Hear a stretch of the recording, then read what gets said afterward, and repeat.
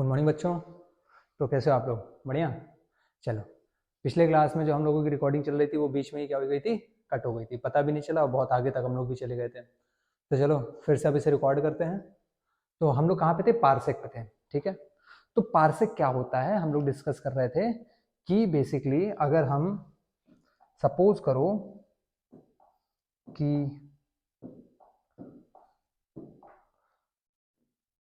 एक हम सन ले लेते हैं और एक हम अर्थ ले लेते हैं, तो हमें पता है कि इनके बीच की जो दूरी होती है वो कितनी होती है?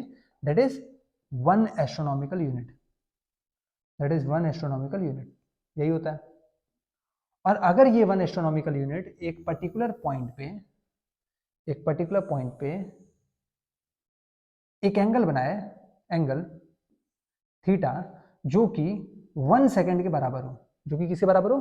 1 सेकेंड के बराबर हो। क्या कह रहा हूं मैं? कि अगर मैं दो ऑब्जेक्ट लिया हूं जिनके बीच की दूरी क्या है? 1 एस्ट्रोनॉमिकल यूनिट। किसके किसके बीच में 1 एस्ट्रोनॉमिकल यूनिट डिस्टेंस था? सर, सन और अर्थ के बीच का जो एवरेज डिस्टेंस था वो एस्ट्रोनॉमिकल यूनिट था। तो अगर मैं कह रहा हूं कि लेंथ ऑफ आर्क मेरा 1 एस्ट्रोनॉमिकल यूनिट है और जो ये एंगल सबटेंड कर रहा है एक पर्टिकुलर पॉइंट पे वो 1 सेकेंड है, तो हमारा जो रेडियस ऑफ आर्क होगा, यही हमारा क्या होगा? 1 पार्सेक होगा।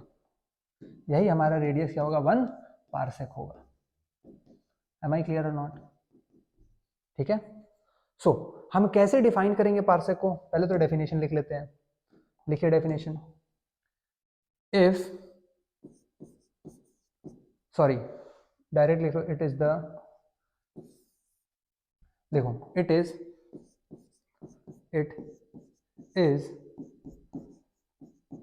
The radius of arc, it is the radius of arc whose arc length is equal to 1 astronomical unit and its subtends and which subtends and which subtends angle of 1 second at point। तो parsec क्या है? It is the radius of the arc whose arc length is 1 astronomical unit and which subtends an angle of 1 second at a point। यानी कि ये radius of वो arc है जिसका arc length 1 astronomical unit है, और ये 1 एस्ट्रोनॉमिकल यूनिट एक पर्टिकुलर पॉइंट पे एक एंगल बना रहा है और वो एंगल कितना है? 1 सेकेंड है। हमने क्या देखा था? हमने पढ़ा था कि सर पाई रेडियंस जो है, pi radians is equal to, हमने पढ़ा था 180 डिग्री। और हमने क्या पढ़ा था? हमने पढ़ा था सर कि 1 डिग्री में 60 मिनट होते हैं। ठीक है, अगर एक डैश ऊपर लगा हुआ है तो दैट इज 60 मिनट्स, और 1 मिनट में अगर बात किया जाए तो 60 सेकंड होते हैं। 2 डबल डैश अगर लगा हो तो इसका मतलब क्या होता है? सेकंड। अब ये टाइम का मिनट और सेकंड नहीं है, ये एंगल का मिनट और सेकंड है। अगर मैं बात कर रहा हूं एंगल का, तो बड़ा एंगल अगर डिग्री है तो उससे छोटा एंगल कौन सा है? मिनट है। उससे छोटा एंगल कौन है? तो सेकंड्स है। M I clear or not? ठीक है। अच्छा, इसके बारे में डिस्कस कर लिया था कि सर अगर ये आर्क लेंथ है तो ये तो आर्क बनना चाहिए, आपने स्ट्रेट क्यों बना दिया है? क्योंकि ये एंगल कितना बना रहा है? 1 सेकंड। सर अगर 90 डिग्री होता तो कितना होता? इतना होता। 45 डिग्री होता तो इतना होता। 1 डिग्री होता तो इतना होता। अगर 1 मिनट होता तो सर इसको 60 भाग में डिवाइड कर देंगे, सर वो कुछ इतना चला जाएगा। सर अगर 1 सेकंड है तो इसको भी 60 भाग में डिवाइड करेंगे, वो और पास चला जाएगा। यानी कि बहुत पास होगा, ये जो डिस्टेंस होगा वो बहुत पास होगा, ये जो एंगल बना रहा होगा उसके कारण। ठीक है, इसलिए मैंने इसको क्या ले लिया? स्ट्रेट लाइन ले लिया। क्लियर? तो पार्सेक कैसे डिफाइन होगा? It is the radius of the arc whose arc length is equal to 1 astronomical unit and which subtends an angle of 1 second at the point। अब सर ये बताइए कि अगर ये रेडियस ऑफ आर्क 1 पार्सेक है तो 1 parsec की value आपने ये 3.0857 इंटू 10⁻16 मीटर कैसे लिखा? तो सर हमें पता है, हमने ये पढ़ रखा है कि L is equal to r theta. Therefore अगर हमें आर चाहिए तो हम कह सकते हैं कि एल बाई थीटा होगा, जिसमें एल जो होना चाहिए वो किस में होना चाहिए, मीटर में होना चाहिए, जिसमें थीटा जो होना चाहिए वो किस में होना चाहिए, रेडियंस में होना चाहिए। तो हमारा जो रेडियस आएगा वो भी हमारा मीटर में आ जाएगा। तो हमें रेडियस अगर मीटर में निकालना है तो लेंथ मीटर में, सर 1 एस्ट्रोनॉमिकल यूनिट है, क्या ये मीटर में बताया गया कितना होता है, हाँ इंटू 10⁻11 समथिंग मीटर होता है, बिल्कुल इसके जगह वो रख देंगे। सर थीटा रेडियन में चाहिए और थीटा दिया कितना है, थीटा तो सेकंड्स में दिया है। अब इस थीटा जो सेकंड में दिया है इसको क्या करेंगे, रेडियंस में कन्वर्ट करेंगे। कैसे कन्वर्ट करेंगे सर, आइए देखते हैं। उन्होंने कहा कि सर हमें क्या दिया हुआ है, सेकंड दिया हुआ है, तो उन्होंने कहा सर 1 मिनट में 60 सेकंड होते हैं। तो अगर मैं 1 सेकंड में पूछूं, देयरफॉर 1 सेकंड में सर 1 मिनट बाई 60 हो जाएगा, ठीक है। फिर उन्होंने कहा कि सर 1 डिग्री में 60 मिनट होते हैं। 1 डिग्री में कितने होते हैं, 60 मिनट होते हैं। तो सर 1 मिनट में, तो सर 1 मिनट में हो जाएगा 1 डिग्री बाई 60। तो हमने मिनट को डिग्री में कन्वर्ट कर लिया। अगर इस मिनट को डिग्री में रख दिया जाए तो सेकंड डिग्री में आ जाएगा, ठीक है, सेकंड्स डिग्री में आ जाएगा। तो पुट कर देते हैं इसको, अगर इसमें उठा के पुट करेंगे तो हम कह सकते हैं देयरफॉर 1 सेकंड जो होगा वो 1 मिनट की वैल्यू क्या आ रही है, 1 डिग्री बाई 60। तो हम यहाँ रख देंगे 1 डिग्री बाई 60 और होल डिवाइडेड बाई क्या हो जाएगा फिर से 60। तो 1 सेकंड की वैल्यू आ गई 1 डिग्री बाई 3600, ठीक है। 1 सेकंड की वैल्यू आ गई क्या, 1 डिग्री बाई 3600। सर हमें तो रेडियंस में रखना है। अच्छा, अब डिग्री और रेडियन का भी हमें क्या पता है, रिलेशन पता है, pi radian is equal to 180 degree. तो यहां से हम कह सकते हैं देयरफॉर 1 डिग्री जो होगा, 1 डिग्री जो होगा वो पाई बाई 180 रेडियन होगा। बोलो होगा या नहीं होगा। सर 1 डिग्री अगर यहां से निकालेंगे तो इस 180 को नीचे भेजना पड़ेगा, तो पाई बाई 180 रेडियन हो जाएगा। सर 1 डिग्री की वैल्यू आ गई पाई बाई 180 रेडियन, तो इसमें पुट कर दो। तो 1 सेकंड की जो वैल्यू आएगी वो आएगी 1 डिग्री की जगह क्या रखना है, पाई बाई 180, तो जगह पाई बाई 180 और नीचे क्या था 3600, तो 3600 रेडियन। इसको जब फर्दर सिंप्लीफाई करेंगे तो ये कितना आ जाएगा, तो ये आ जाएगा अपना पाई बाई 180 इंटू 3600 रेडियन। तो क्या अपना जो थीटा 1 सेकंड है क्या वो रेडियन में आ गया, पाई बाई 180 इंटू 3600। हाँ, पाई की वैल्यू क्या होती है 3.14, पुट कर देना। और क्या अपना लेंथ दिया हुआ है, हाँ 1 एस्ट्रोनॉमिकल यूनिट जो कि 10⁻11 मीटर समथिंग था, तो वो यहाँ पे पुट कर देंगे। तो यहाँ से अपना रेडियस आ जाएगा और वो रेडियस ऑफ आर कितना आएगा 3.0857 इंटू 10⁻16 मीटर आ जाएगा। am I clear or not? Yes. चलो जल्दी से इसका स्क्रीनशॉट लो। रिकॉर्डिंग हो रही है या रुक गई है, हो रही है। चलो जल्दी से इसका स्क्रीनशॉट लो, आगे बढ़ते हैं। चलो शेक क्या होता है, अगर मैं कह रहा हूं एक इलेक्ट्रॉन है वो अपने ऑर्बिट में घूम रहा है, रिवॉल्व कर रहा है, तो अगर उसको एनर्जी दी जाती है तो वो अपने एक्साइट हो जाता है और आगे हायर एनर्जी सेल्स में चले जाते हैं वो इलेक्ट्रॉन्स। हाँ, तो क्या वो वहीं पे पड़े रहते हैं हमेशा, नहीं सर, एनर्जी लॉस करके फिर से वापस आ जाएंगे। तो कुछ टाइम ड्यूरेशन के लिए वो अपने एक्साइटेड स्टेट में रहते हैं, बिल्कुल रहते हैं सर। उसी टाइम ड्यूरेशन को क्या कहा गया है, शेक कहा गया है। So shake is defined as the time interval, the time interval for which electrons remain in excited state।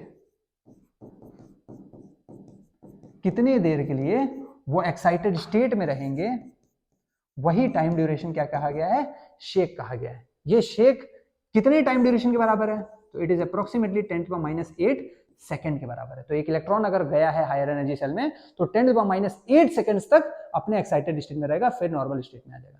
M I clear or not. चलो जल्दी से इसको उतारो, ले लिया क्या स्क्रीनशॉट। चलो आगे बढ़ते हैं फिर। And here we go. Dimension अब होता क्या है, हमें क्या पढ़ना है, डायमेंशन। जो हमारा चैप्टर था यूनिट एंड डायमेंशन, यूनिट तो हमने पढ़ लिया, अब हम क्या पढ़ेंगे, डायमेंशन पढ़ेंगे। तो यहां से अब अपना चैप्टर जो है वो प्रचंड रूप धारण करने वाला है, ठीक है। तो इसमें करना क्या है, धैर्य रखना है सबसे पहली बात। दूसरी बात क्या करना है, हमें फॉर्मूलाज याद करने हैं, ठीक है। फॉर्मूलाज याद रहेंगे, ये चैप्टर बहुत इजी है, बहुत इजी है, ठीक है। फॉर्मूलाज कैसे याद रहेंगे सर, तो एक साथ तो नहीं याद हो पाएंगे, एक साथ तो नहीं याद हो पाएंगे। हाँ, जैसे जैसे हम चैप्टर आगे बढ़ते चले जाएंगे वैसे वैसे आपको फॉर्मूलाज याद होते चले जाएंगे, ठीक है। आपको क्या करना है, डेली बेसिस पे से प्रैक्टिस करना है, उन फॉर्मूलाज को डेली देखते रहना है, वो एक दिन अपने आप याद हो जाएंगे, ठीक है। तो डायमेंशन होता क्या है, डायमेंशन अगर हम अपने फंडामेंटल फिजिकल क्वांटिटीज का बात करें, जो कि 7 फंडामेंटल फिजिकल क्वांटिटीज थी, mass, length, time, current, temperature, amount of substance and luminous intensity.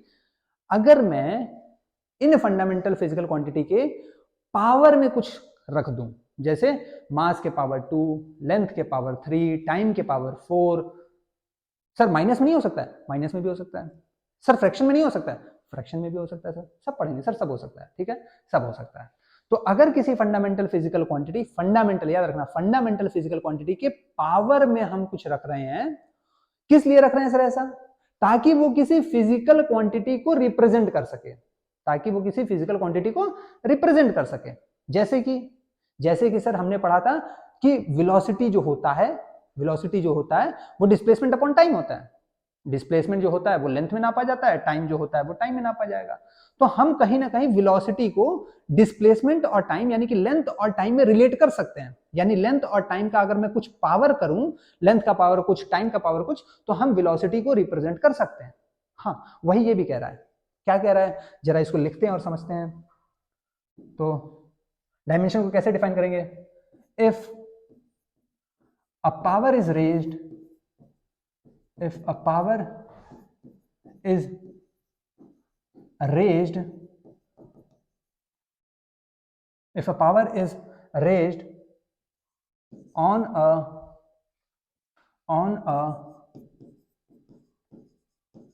fundamental physical quantity, fundamental physical quantity to represent any physical quantity, to represent any physical quantity, then it is called as its dimension, is called as its dimension. Clear? If a power is raised on a fundamental physical quantity, if a power is raised on a fundamental physical quantity to represent any physical quantity, then it is called as its dimension. अगर fundamental physical quantity का कुछ power raise कर दिया जाए, क्यों, ताकि वो किसी physical quantity को represent कर सके, तो हम क्या कहेंगे भाई, उसका क्या होगा, dimension होगा। क्लियर? चलो आगे बढ़ते हैं फिर। नाउ मास का ऐसा यूनिट क्या है, सबको पता है सर, केजी है। लेंथ का ऐसा यूनिट क्या है, मीटर है। टाइम का ऐसा यूनिट क्या है, सेकंड है। करंट का ऐसा यूनिट क्या है, एम्पियर है। टेम्परेचर का ऐसा यूनिट क्या है, डिग्री सेल्सियस है। हाँ? नहीं, डिग्री सेल्सियस नहीं है, क्या है, केल्विन है। क्या है, केल्विन है, डिग्री सेल्सियस नहीं है। क्या है टेम्परेचर का ऐसा यूनिट, केल्विन है। अमाउंट ऑफ सब्सटेंस का यूनिट क्या है, बिल्कुल मोल है। ल्यूमिनस इंटेंसिटी का ऐसा यूनिट क्या है, कैंडेला है। कैंडेला क्या है, कैंडेला, ठीक है, कैंडेला है। Okay, candela. अब डायमेंशन का बात आया, तो सर डायमेंशन क्या है, सर हम फंडामेंटल फिजिकल क्वांटिटी के पावर कुछ रखेंगे ताकि वो किसी फिजिकल क्वांटिटी को रिप्रेजेंट कर सके, भाई उसका क्या होता है, डायमेंशन होता है। सर मास को कैसे रिप्रेजेंट करे, सर मास तो अपने में ही फंडामेंटल फिजिकल क्वांटिटी है, वो किसी के टर्म्स में तो लिखा ही नहीं जा सकता। तो मास का डायमेंशन क्या होने वाला है, मास का डायमेंशन m होने वाला है। मास का डायमेंशन क्या होने वाला है, m होने वाला है, ठीक है।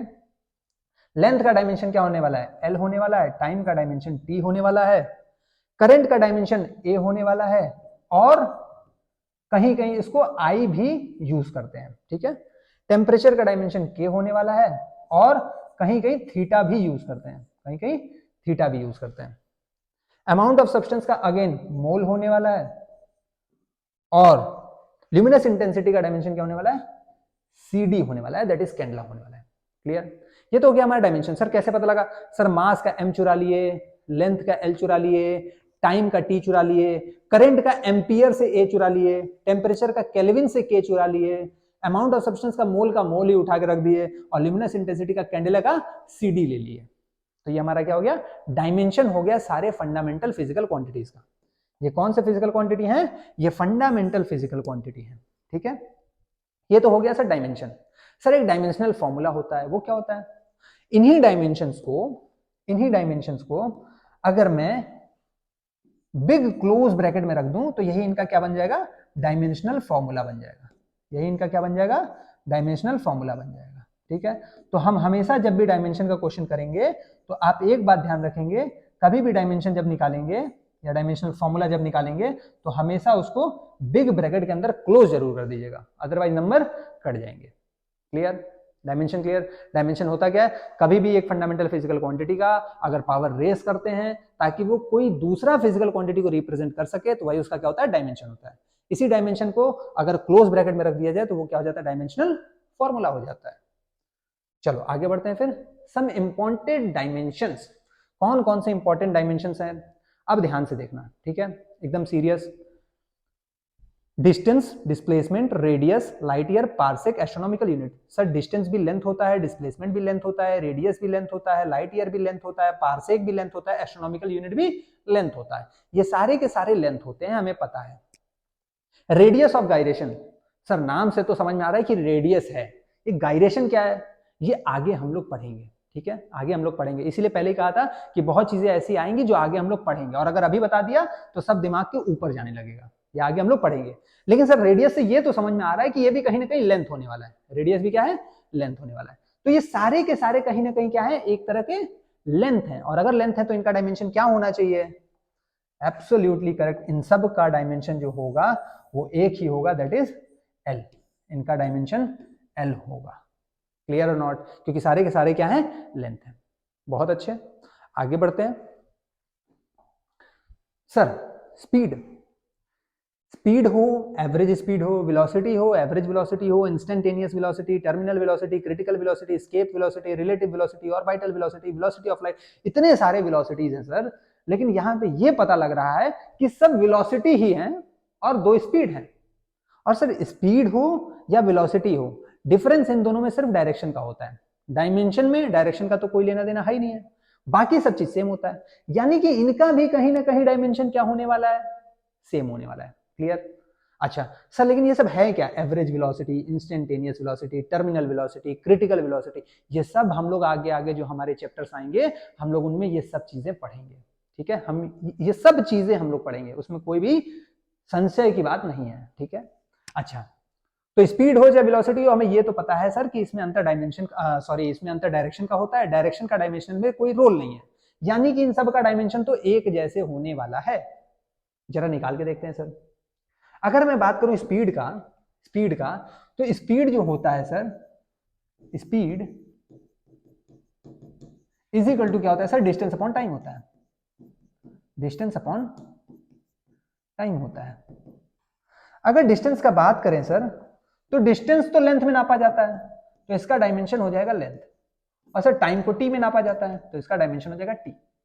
तो सर अगर इसका पूरे का डायमेंशन बताना हुआ तो एल तो ऊपर था ही, टी नीचे था तो टी को ऊपर ले जाएंगे, टी नीचे 1 था तो ऊपर जाएगा तो -1 हो जाएगा। कैसे सर, याद करिए exponent and power, class 7th में पढ़े होंगे आप लोग चैप्टर, ठीक है। वो क्या कहता था, वो ये कहता था कि अगर 1/a⁴n है तो उसको a⁻⁻n लिख सकते हैं, ठीक है। वही रूल बस खाली यहाँ पे चिपका दिया है। कोई चीज अगर नीचे है उसका जो भी पावर होता है अगर वो ऊपर जाता है तो उसका पावर वही माइनस में आ जाता है। M I clear or not. चलो तो स्पीड तो ठीक है भैया, अब आते हैं सर वेलोसिटी के ऊपर। सर अगर वेलोसिटी को देखा जाए तो हमें यह पता है कि जो वेलोसिटी होता है is equal to displacement upon time होता है सर, डिस्प्लेसमेंट अपॉन टाइम होता है सर। बात करें डिस्टेंस का या डिस्प्लेसमेंट का, दो के दोनों क्या है सर, लेंथ ही है, तो ये भी क्या हो जाएगा, लेंथ हो जाएगा, बाई क्या हो जाएगा, टाइम हो जाएगा। तो इसका भी डायमेंशन अगर निकालेंगे तो क्या हो जाएगा, LT-1 हो जाएगा। बोलो क्लियर या नहीं, क्लियर, बहुत अच्छे। तो एक काम करते हैं, इनको थोड़ा सा सरका देते हैं, थोड़ा सा इनको सरका दें, बस इनको यहां सरका देते हैं, अच्छा लग रहा है ऐसे। हाँ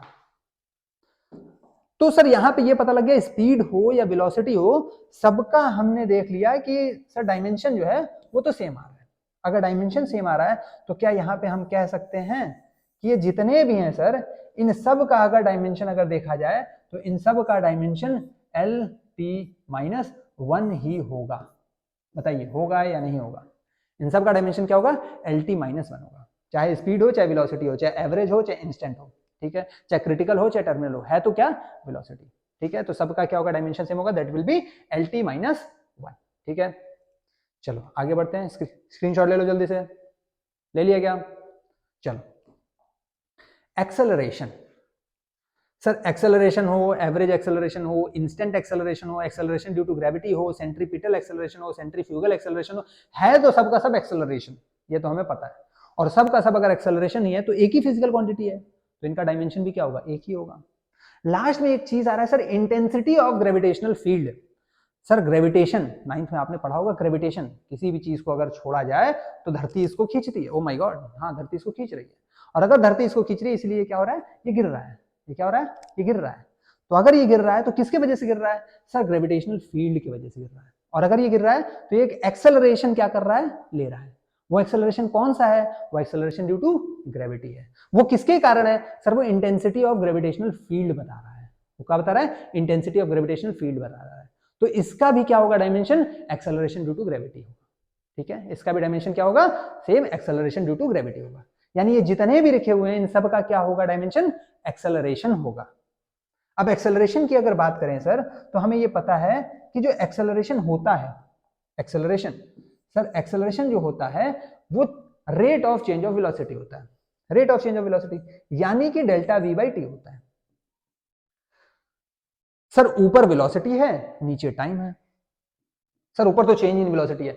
भैया अगर वेलोसिटी को मीटर पर सेकंड में नाप रहे हो तो चेंज इन वेलोसिटी को भी तो मीटर पर सेकंड में ही नापोगे या किलो में नापने लगोगे? मीटर पर सेकंड में नापोगे। तो जो चेंज इन वेलोसिटी है उसका जो यूनिट होगा वो सेम होगा वेलोसिटी के जैसा।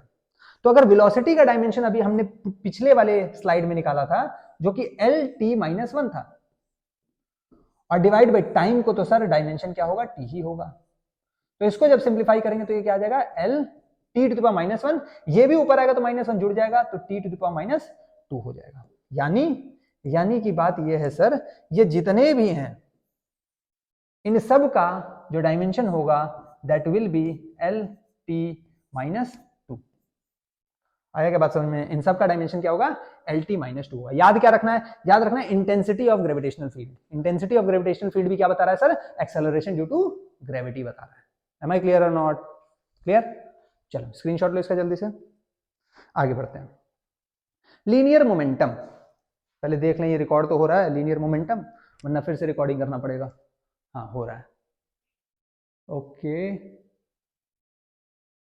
हाँ चलिए, तो linear momentum, sir linear momentum हमने पढ़ रखा है कि ये जो लीनियर मोमेंटम होता है इसको जनरली P से दिखाते हैं, और ये जो होता है ये मास और वेलोसिटी का प्रोडक्ट होता है। It is the product of mass and velocity, product of mass and velocity. Sir mass का डायमेंशन क्या था? मास का डायमेंशन m था। वेलोसिटी का डायमेंशन क्या था? सर वेलोसिटी का डायमेंशन LT-1 था।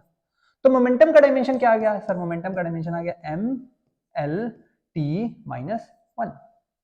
बहुत अच्छे, ये तो आ गया सर मोमेंटम का डायमेंशन। कैसे आया सर? लीनियर मोमेंटम होता है product of mass into velocity, mass का डायमेंशन m, वेलोसिटी का LT-1, तो डायमेंशन आ गया MLT-1। किसका? लीनियर मोमेंटम का। सर इंपल्स का बात करते हैं। इंपल्स होता क्या है? इंपल्स क्या होता है उसको थोड़ा समझते हैं। जब एक बॉलर बॉल डाल रहा है, एक बैट्समैन बैटिंग कर रहा है, तो एक पर्टिकुलर इंस्टेंट पे होता क्या है कि बॉल जब बैट से टकराती है तो बहुत तगड़ा फोर्स उसको लगता है, बहुत तगड़ा फोर्स लगता है, ठीक है। वो जो तगड़ा फोर्स लगता है वो बहुत कम ड्यूरेशन के लिए लगता है, वो जो तगड़ा फोर्स लगता है वो बहुत कम ड्यूरेशन के लिए लगता है। उसी इंपैक्ट को क्या कहते हैं? इंपल्स कहते हैं। तो कितना फोर्स लगा, कितने टाइम में लगा, that is only called as impulse. यानी इंपल्स का फॉर्मूला क्या हो जाएगा? Force into time. कितना फोर्स लगा, कितने टाइम में लगा। सर इसके लिए हमें क्या चाहिए? हमें फोर्स का डायमेंशन चाहिए। अच्छा फोर्स का डायमेंशन चाहिए तो जरा फोर्स का डायमेंशन पहले देख लेते हैं, क्योंकि फोर्स का डायमेंशन तो अभी देखे नहीं है, तो फोर्स का डायमेंशन पहले देख लेते हैं।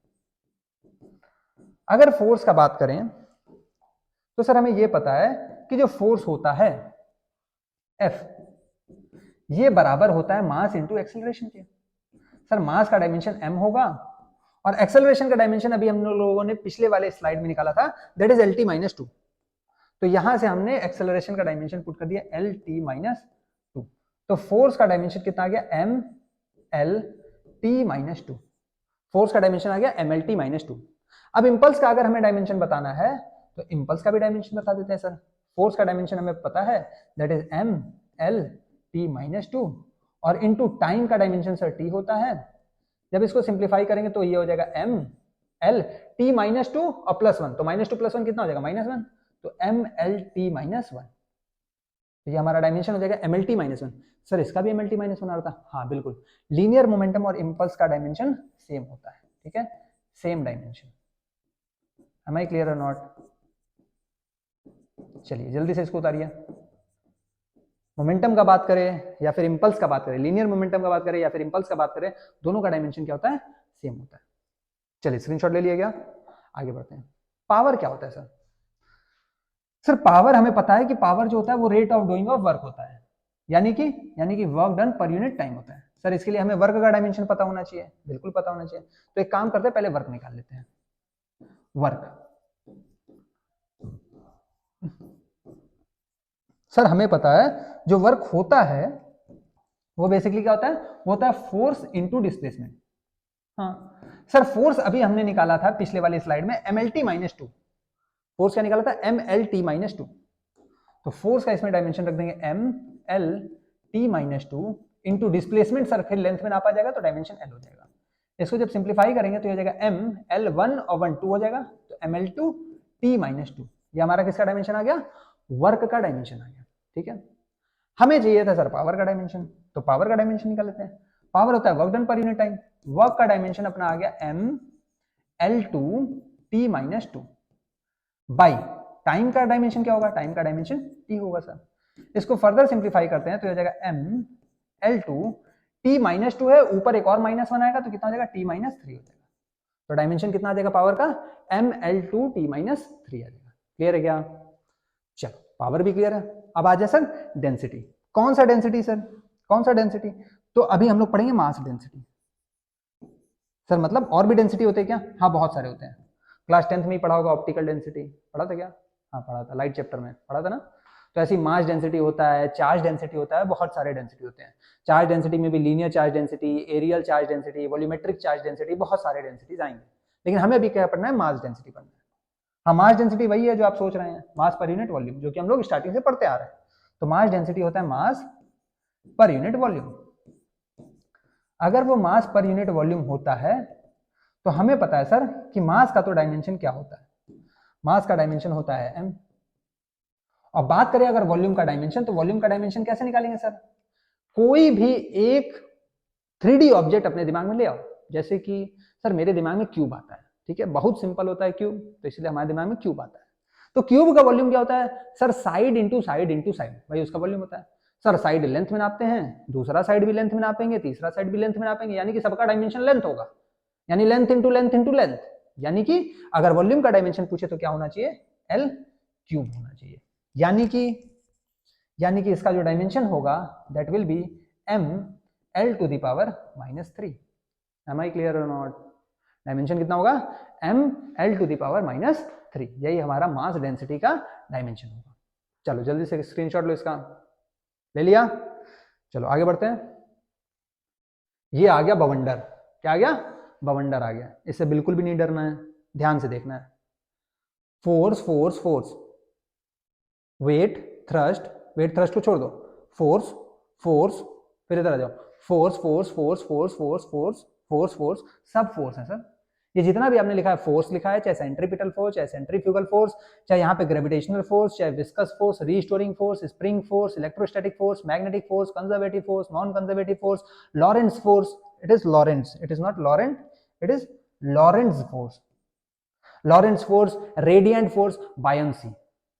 अब सर ये जो अलग अलग टर्म है, जैसे कि एक है बॉयंसी, एक है weight, thrust, viscous drag, normal reaction, friction, tension, ये सारे के सारे सब क्या हैं, फोर्स हैं। ये सब के सब क्या हैं, फोर्स हैं, ठीक है।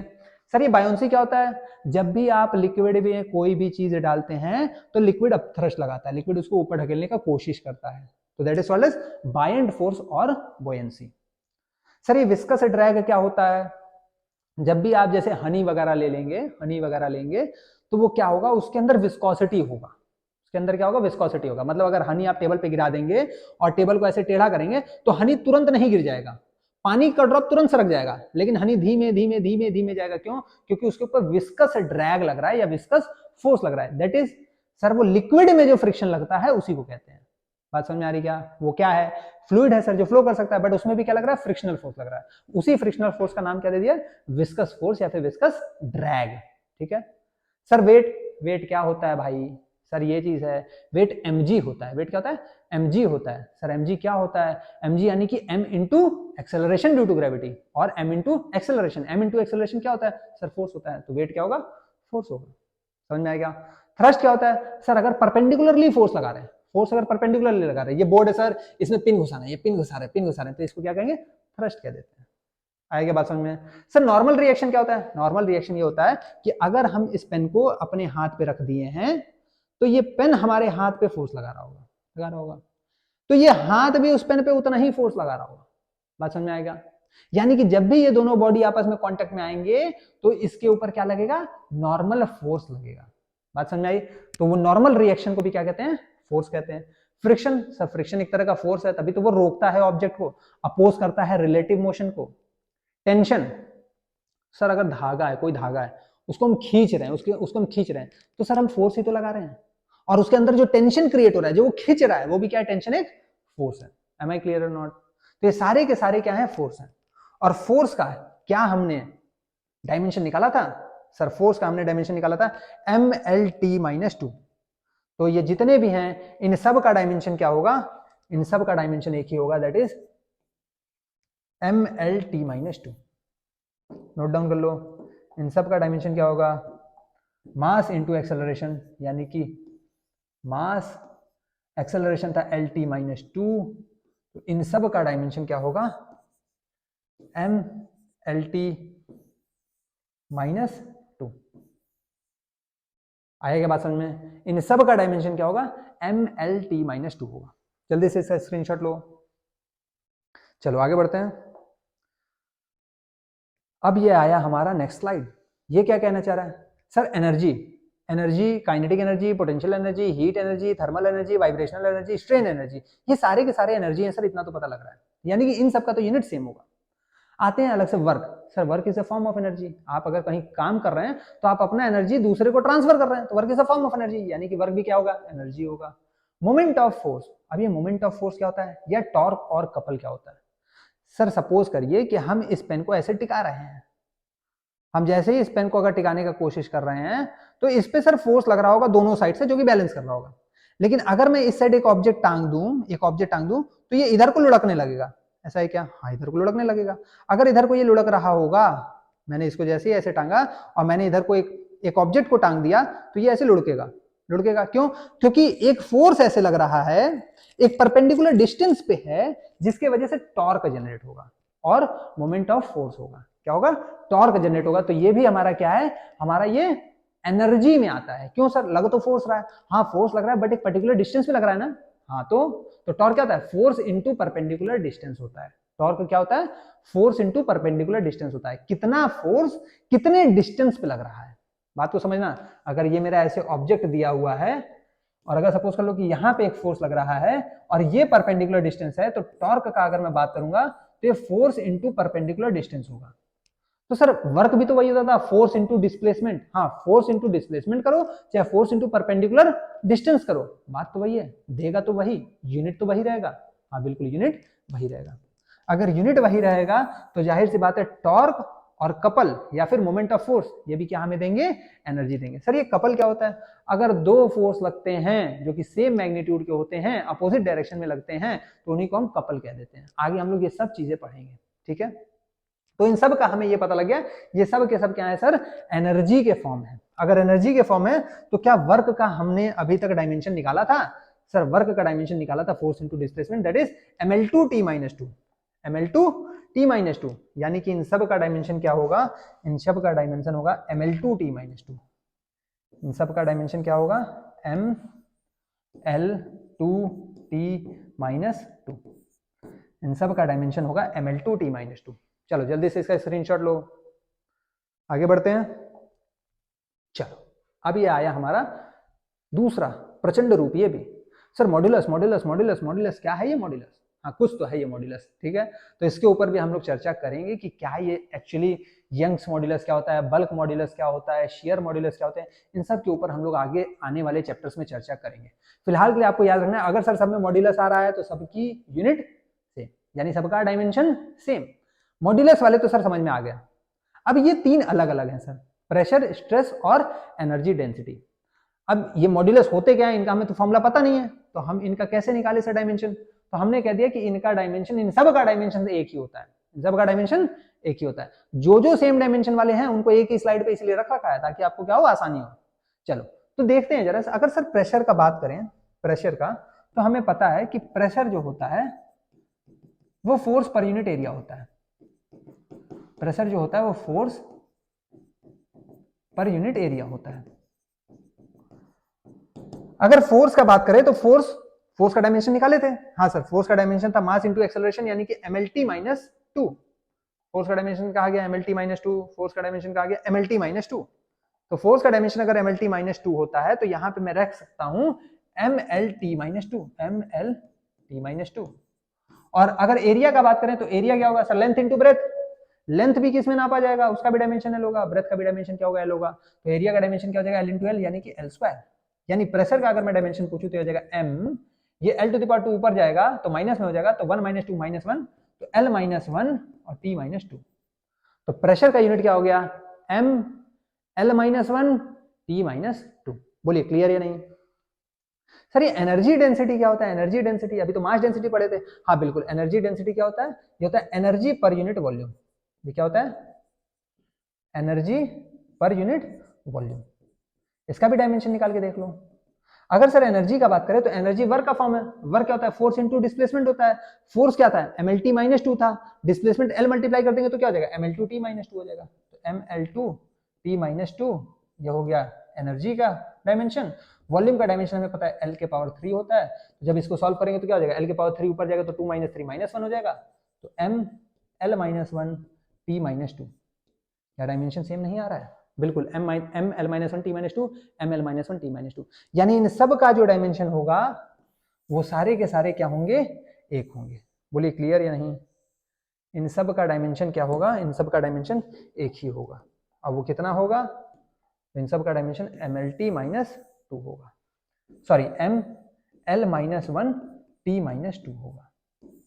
चलो जल्दी से इसका स्क्रीनशॉट लो। ये जितने भी लिखे हुए हैं, pressure, stress, Young modulus, bulk modulus, shear modulus, modulus of rigidity, energy density, इन सब का डायमेंशन क्या होगा, इन सब का डायमेंशन ml-1 t-2 होगा। जल्दी से नोट डाउन करो। चलो आगे बढ़ते हैं फिर। चलो अब सर यहाँ पे सब ग्रेडियंट आ रहा है, ग्रेडियंट क्या होता है ये ग्रेडियंट, तो ग्रेडियंट को समझो जरा। ग्रेडियंट क्या होता है, ग्रेडियंट यानी कि divided by length, divided by length, मतलब जो भी फिजिकल क्वांटिटी के साथ अगर ग्रेडियंट जुड़ गया है तो हमें उस फिजिकल क्वांटिटी को क्या करना होगा, लेंथ से डिवाइड करना होगा। जैसे कि टेम्परेचर ग्रेडियंट, टेम्परेचर ग्रेडियंट अगर बोल रहा है सर तो हम क्या कर देंगे, हम इसको कर देंगे टेम्परेचर बाय लेंथ। टेम्परेचर का डायमेंशन होता था टी, टेम्परेचर का डायमेंशन टी नहीं, टेम्परेचर का डायमेंशन क्या होता है, टेम्परेचर का डायमेंशन के होता है। तो टेम्परेचर पर यूनिट लेंथ है तो टेम्परेचर को किससे दिखाते हैं, के बाई एल करना है तो एल कर दो, तो ये डायमेंशन क्या हो जाएगा, के l⁻⁻1, ये हमारा क्या हो जाएगा, टेम्परेचर ग्रेडियंट का डायमेंशन हो जाएगा। Energy gradient, sir energy gradient यानी कि एनर्जी पर यूनिट लेंथ, यही तो होगा। इसको थोड़ा सा इधर कर दूं और इसमें फॉर्मूला भी लिखते चलो, वरना पता चला कि आप लोग बाद में भूल गए कि क्या लिखे क्या है, ये कहां से आ गया। तो ये आया आपने कैसे, टेम्परेचर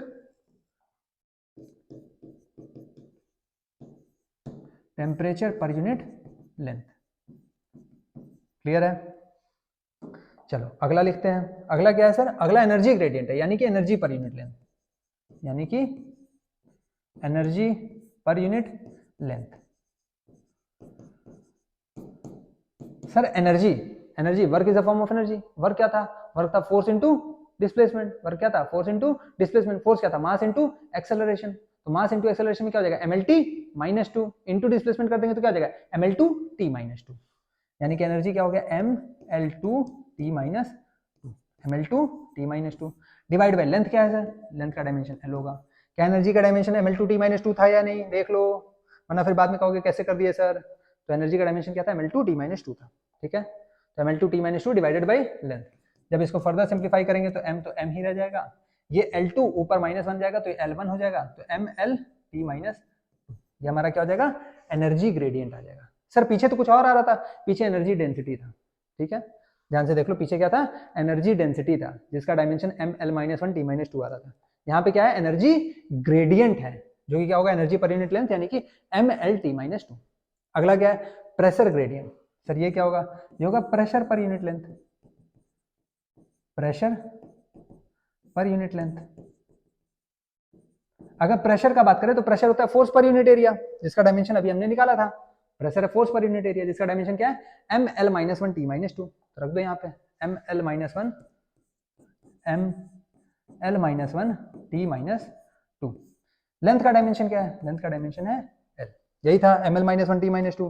हाँ बिल्कुल, ml minus one t minus to pressure था। ठीक है, ये रख दिया यहाँ पे, इसको फिर सिंप्लीफाई कर देंगे तो ये अपना कितना आ जाएगा? m का m रह जाएगा, l माइनस वन और ऊपर चला जाएगा तो ml minus two t minus to. तो ये हमारा डायमेंशन हो जाएगा किसका? प्रेशर ग्रेडियंट का हो जाएगा। अगला क्या है? Potential gradient. ये क्या होगा सर? तो पोटेंशियल ग्रेडियंट होगा सर पोटेंशियल पर यूनिट लेंथ।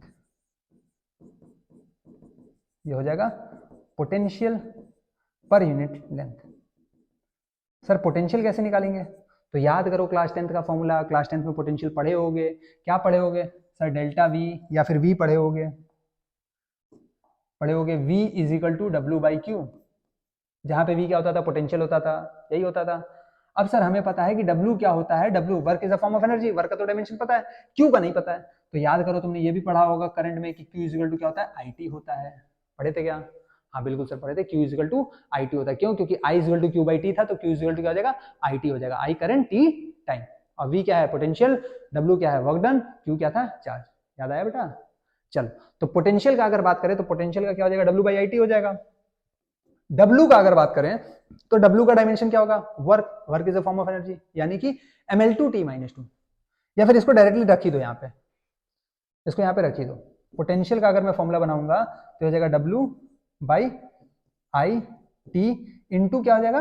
Dimension length. ठीक है, वर्क का अगर बात करें तो वर्क हो जाएगा force into displacement by I T dimension length.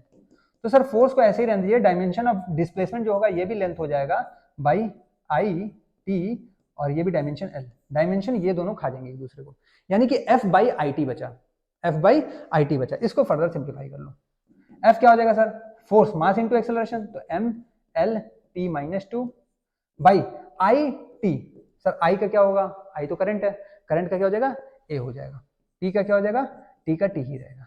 जब इसको फर्दर सिंप्लीफाई करोगे तो फर्दर सिंप्लीफाई करके आंसर क्या आ जाएगा? एम एल टी के पावर कितना हो जाएगा? माइनस थ्री, ए के पावर कितना हो जाएगा? Minus one.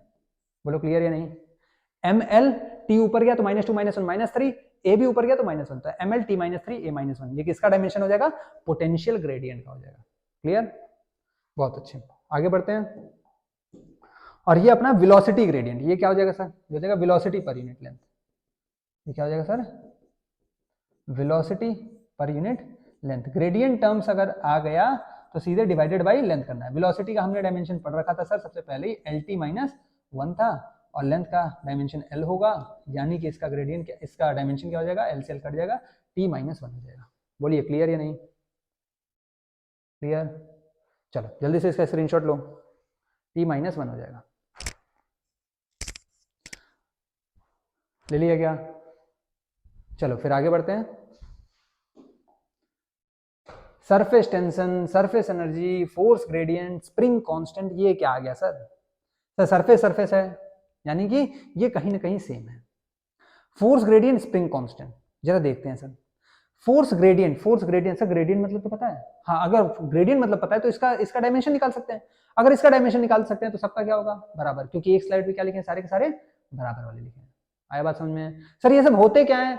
सब पढ़ेंगे जब फ्लूइड मैकेनिक्स पढ़ेंगे तो सरफेस टेंशन क्या होता है, सरफेस एनर्जी क्या होता है, इन सब चीज पे हम लोग आएंगे। ठीक है, टेंशन नहीं लेना। चलो, तो सरफेस टेंशन क्या होता है? Surface tension force per unit length ही होता है। ठीक है, सरफेस टेंशन को भी अगर पूछे तो ये और कुछ नहीं, सरफेस टेंशन होता है force per unit length, force per unit length. ठीक है, अगर सर फोर्स ग्रेडियंट का बात करें तो ये भी तो वही होता है सर। हाँ, ये भी वही होता है, फोर्स ग्रेडियंट यानी कि फोर्स को डिवाइड करना है किससे? लेंथ से, तो फोर्स पर यूनिट लेंथ। तो डिवाइड कर दो सर। फोर्स का क्या होता है सर? फोर्स होता है मास इंटू एक्सेलरेशन, तो मास का m, एक्सेलरेशन का lt minus 2, divide by dimension of length, length का डायमेंशन l, l से l काट दो सर, तो ये बचा क्या? तो ये बचा m t माइनस 2। यानी कि ये जितने भी दिए हुए हैं इन सब का डायमेंशन क्या होगा? m t माइनस 2 होगा क्या? m t माइनस 2 होगा। जल्दी से इसका स्क्रीनशॉट लो। ठीक है सर, स्प्रिंग कांस्टेंट क्या होता है? आगे पढ़ोगे, स्प्रिंग फोर्स पढ़ोगे कि स्प्रिंग फोर्स जो होता है वो रीस्टोरिंग फोर्स होता है। Basically restoring force, spring force अभी फोर्स वाली स्लाइड में आया था ना, तो आगे चल के पढ़ोगे जो स्प्रिंग फोर्स लगाता है वो basically F is equal to minus K X होता है। ठीक है, हमेशा रीस्टोरिंग होता है, इसी वजह से माइनस लगता है। यही के यहाँ पे क्या है? स्प्रिंग कांस्टेंट है। यही के क्या है? स्प्रिंग कांस्टेंट है।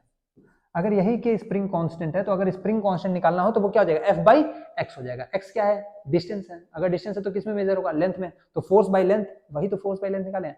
तो सरफेस टेंशन हो या सरफेस एनर्जी हो, फोर्स ग्रेडियंट हो या स्प्रिंग कांस्टेंट हो, इन सब का डायमेंशन एक ही है, और कितना है? mt माइनस 2 है।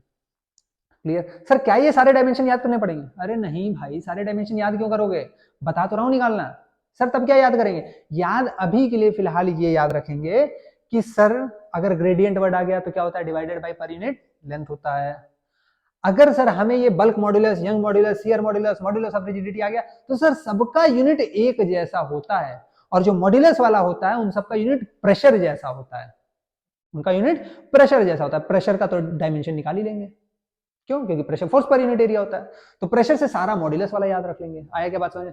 सर एनर्जी डेंसिटी, अरे भैया mass density mass per unit volume, energy density energy per unit volume, इसका तो याद रखने की जरूरत ही नहीं है। हमें तो याद रखना था मॉड्यूलस वाले का। मॉड्यूलस वाले का कैसे याद रख लिए? सर प्रेशर वाले जैसा होता है। आया क्या बात समझ में? पीछे आ जाइए। सर ये सब कैसे याद रखेंगे? अरे भैया सारे के सारे एनर्जी हैं, work is a form of energy, तो वर्क एनर्जी सारे के सारे क्या है? एक जैसे हैं।